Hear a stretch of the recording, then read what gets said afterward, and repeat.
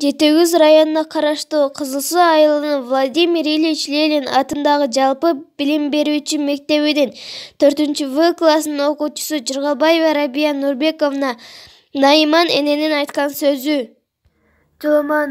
Жоламан оолум, токточу. Кайда бара жатасың оолум?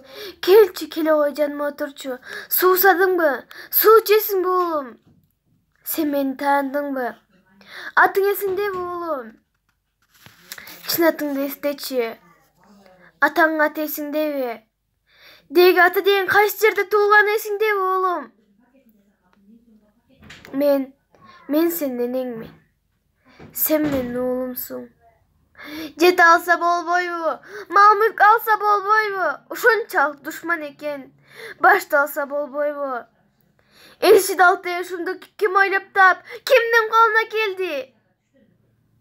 О, жараткан.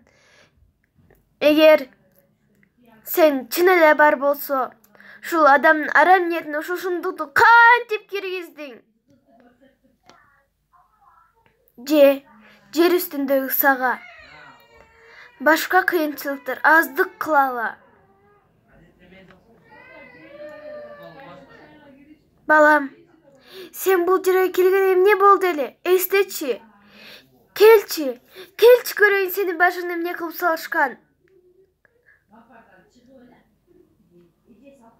Тигилер кимдер, оолум? Тигилерге эчтеке дебе, мен дагы келемин.